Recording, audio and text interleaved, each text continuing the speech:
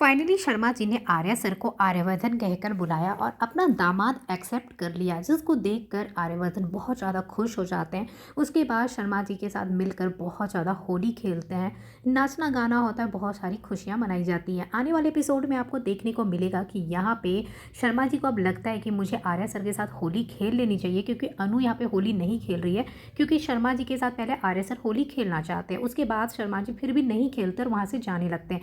तभी कुछ गुंडे यहाँ पे आते हैं और शर्मा जी को परेशान करने लगते हैं और उनसे पैसे मांगने लगते हैं।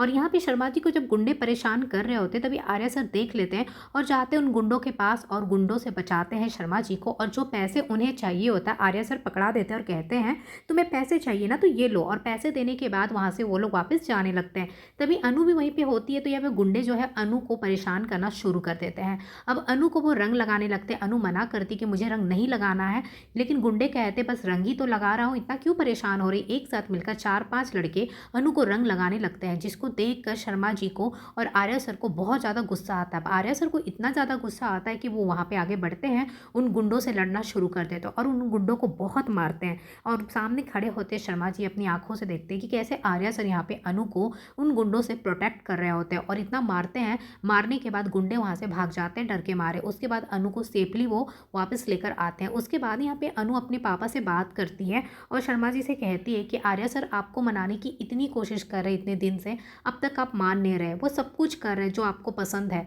वो हर चीज़ कर रहे हैं ताकि आप मान जाए, पर आप मान नहीं रहे। और अनु बहुत ज़्यादा दुखी दिखाई देती है। तो शर्मा जी यहाँ पे अनु की सारी बात तो सुनते हैं, फिर वो वहाँ से चले जाते हैं। अनु को लगता है उसके पापा नहीं मानेंगे, अब 7 दिन होने वाला है और आज 7 दिन खत्म हो जाएगा और पापा नहीं मानेंगे, सब कुछ खत्म हो जाएगा। उसके बाद यहाँ पे वो आर्या सर के पास शर्मा जी पहुँच जाते हैं और आर्या सर को देखते हैं और कहते हैं आर्यवर्धन, जिसको सुनकर आर्या सर शॉक्ड हो जाते हैं। उन्हें लगता है शायद शर्मा जी मुझसे बहुत ज़्यादा गुस्सा है, इसलिए वो गुस्से में मुझे आर्यवर्धन के नाम से बुला रहे हैं। तो यहाँ पे आर्या सर कहते हैं शर्मा जी को, आपने मुझे आर्यवर्धन कहा, आपने मुझे आर्या सर नहीं कहा, क्यों, क्या हुआ। और वो बहुत ज़्यादा शॉक्ड होकर पूछते हैं। तो वो कहते हैं इसलिए क्योंकि अब आपको ना आदत डालनी पड़ेगी आर्यवर्धन सुनने के लिए, क्योंकि आप तो जल्द मेरे दामाद बनने वाले हैं। ये वर्ड सुनते ही आर्या सर बहुत ज़्यादा खुश हो जाते हैं कि शर्मा जी फाइनली मान गए मेरे और अनु के लिए।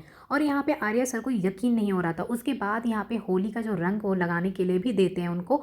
वो अपने हाथों से सबसे पहले उनको रंग लगाते हैं, फिर अनु के पास जाते हैं, फिर अनु को भी रंग लगाते हैं। अनु भी यहाँ पे आर्या सर को रंग लगाती है। उसके बाद सब लोग बहुत ज़्यादा खुश हो जाते हैं। पुष्पा भी बहुत खुश हो जाती है कि फाइनली सब कुछ ठीक हो गया और शर्मा जी भी मान गए। उसके बाद यहाँ पे सब मिलकर होली मनाएंगे, जहाँ देखेंगे अनु, आर्या सर और पुष्पा सब लोग एक साथ मिलकर यहाँ पे बहुत डांस करते हैं और बहुत ज़्यादा मस्ती करते हैं। इन लोगों का डांस यहाँ पे चल रहा होता है। दूसरी तरफ रघुपति अपना प्लान सोचता है कि अंजाम देने का टाइम आ गया है। अब यहाँ पे देखना है कि रघुपति आखिरकार कौन सा प्लान बनाया है अनु और आर्या को अलग करने के लिए। और साथ ही साथ मीरा भी वेट कर रही है कि कब रघुपति कुछ करेगा और मुझे अपडेट करेगा।